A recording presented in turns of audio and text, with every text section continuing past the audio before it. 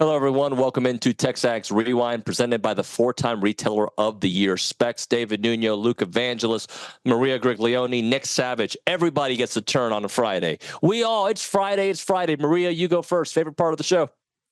My favorite part was honestly Billy on the phone, because I like how he emphasized the difference between criticism and being mean, and just highlighting that. I feel like a lot of people needed to hear that, and I know it hit home with a lot of other viewers too. Griglione, you have a very nice voice. Do you ever get mad? Yeah. What is it? What do you sound like mad?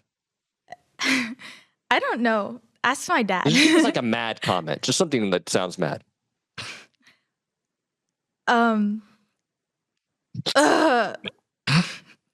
Okay, that's not what I was looking for. Nick Savage, your favorite part of the show? I don't know how to follow that up, to be completely honest with you, but Gary Kubiak. Sure does. Go ahead. Gary Kubiak, of course. Yeah, that was a great answer. Awesome, until I made it awkward at the end. It was a great interview, though. It was really good. Luke, your favorite part of the show? Tom Schuberth. Yep.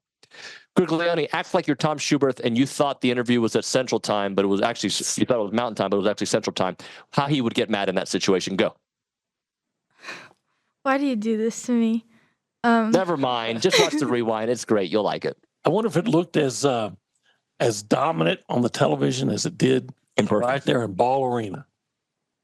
Yeah, it did. It was, and unfortunately, I've had to miss this trip, but we'll just have to win on. We'll have to win tomorrow afternoon, and you guys bring us a dub so we can reconvene this thing in Atlanta. I've been getting pictures and videos from all the Aggies there. I think it's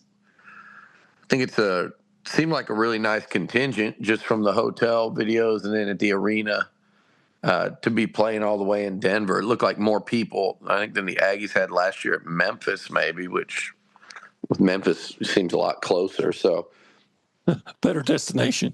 It is definitely a better destination, although there is a pyramid in Memphis. Other than that, I'll take the mountains. But it did look, Olin, the way I described it is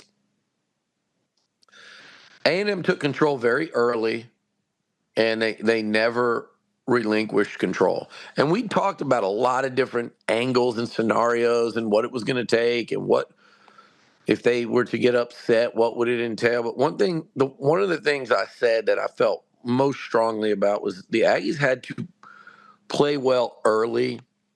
They did not need to expend themselves trying to come back, mentally.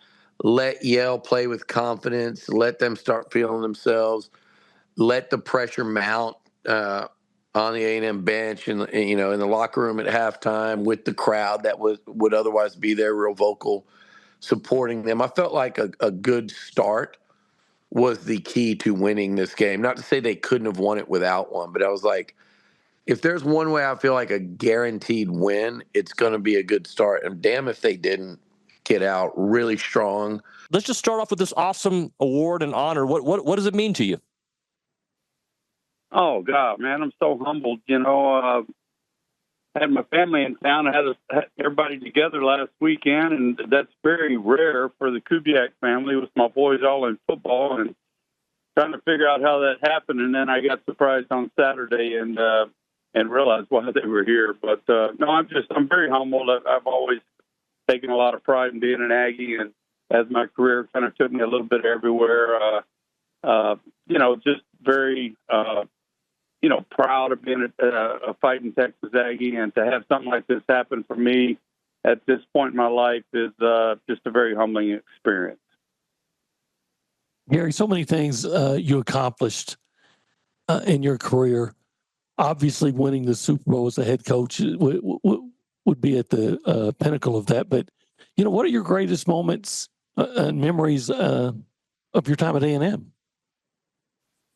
Well, it wasn't easy, to be honest with you. I came to A&M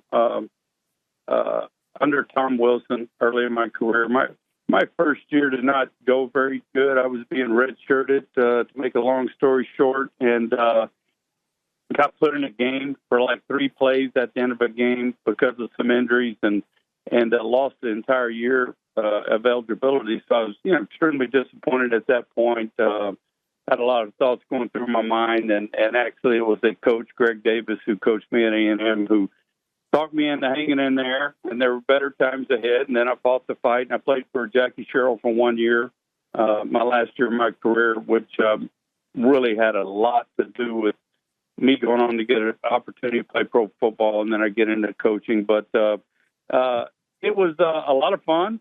We had some really good times, but it wasn't easy. And I think most people, when they look back on things like that and look back on careers, there are very challenging times in your life that kind of push you forward.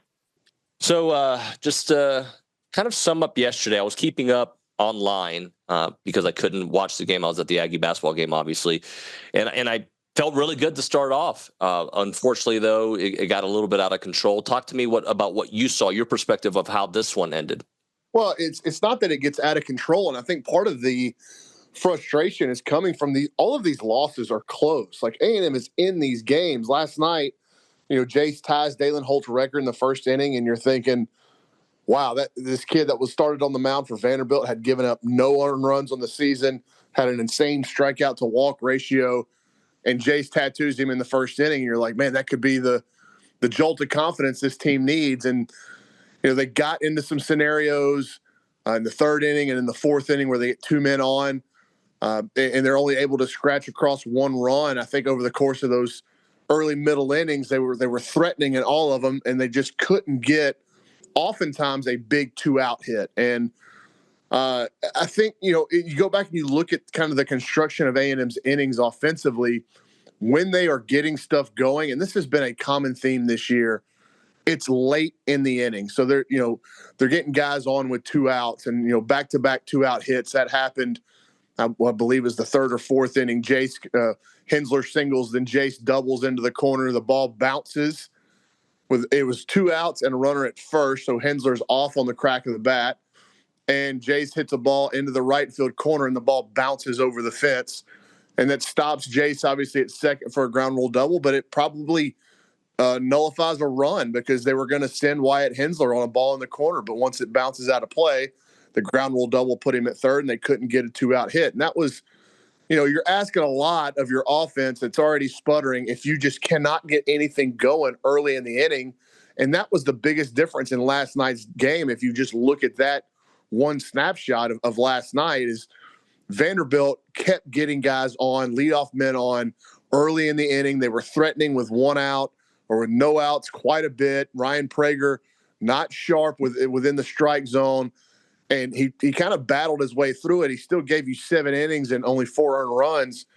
But that was the biggest story, is like how many pressure pitches he was having to make compared to the Vanderbilt guys. And, David, we've just seen it too often where the offense this year goes, 3 or 4 innings of not only they not let guys get hits, but they don't even threaten to get hits. Yeah, I found myself pulling for UC San Diego as well, just naturally rooting for the underdog. But I think ultimately A&M probably matches up a little bit better with Michigan. Really? That UC San Diego defense is swarming. They want to turn you over. They want to speed you up, and they can hit threes. And ultimately, that is what Texas A&M's defensive weakness is. And even though they don't have as much size, that quickness was really getting to Michigan. And, I think Michigan, they're a little bit more inconsistent than UC San Diego. And I know UC San Diego started off the game slow, but that run they were making, Tom, at the end, it looked like nothing was going to get in their way. Even after Tate Jones, the Big West Player of the Year, fouled out, I thought UC San Diego was going to win that game. Yeah, I think if they could take that game back, they would win it. They got off to such a poor start, and that happens a lot of times with a team that's never been to the tournament, and they were a little bit nervous. But I thought they were the better team, actually, especially the second half. The thing that concerns me getting back to Michigan, David, is obviously the 2 7-footers. But, you think of Big Ten teams as being very physical, and we've played several of them. I don't think Michigan's that physical for their size. They are a physical basketball team because I don't think their team quickness is even close to what we have. And that's where I think we're going to give them problems. I think they'll have a difficult time scoring, just like Yale did early. I thought Yale figured it out finally and quit turning the ball over, and then they got their open looks. But Yale was so proficient on offense once they didn't turn the ball over. They had 8 turnovers, with about 4 or 5 minutes to go in the first half, and then they didn't turn the ball over for about the next 8 or 9 minutes during the ball game. But I'm looking forward to the game tomorrow. It should be a great one. I noticed the odds makers have Texas A&M favored by 2.5, so that ought to tell you the respect that they have for the Aggies. Tom, you can call me nitpicking Nuno here because as a talk show host, I got a lot of time to evaluate and think about things. And one of the things that I said to Luke yesterday that did not trouble me, but I paid attention to, is that I thought A&M dominated that game. Wait, what? Griglione, grumpy voice, tell the people what to do. Like, comment, and subscribe. Seem happy to me. Yeah. Pretty happy. But I want you to be happy when you like, comment, and subscribe. We'll see you next time.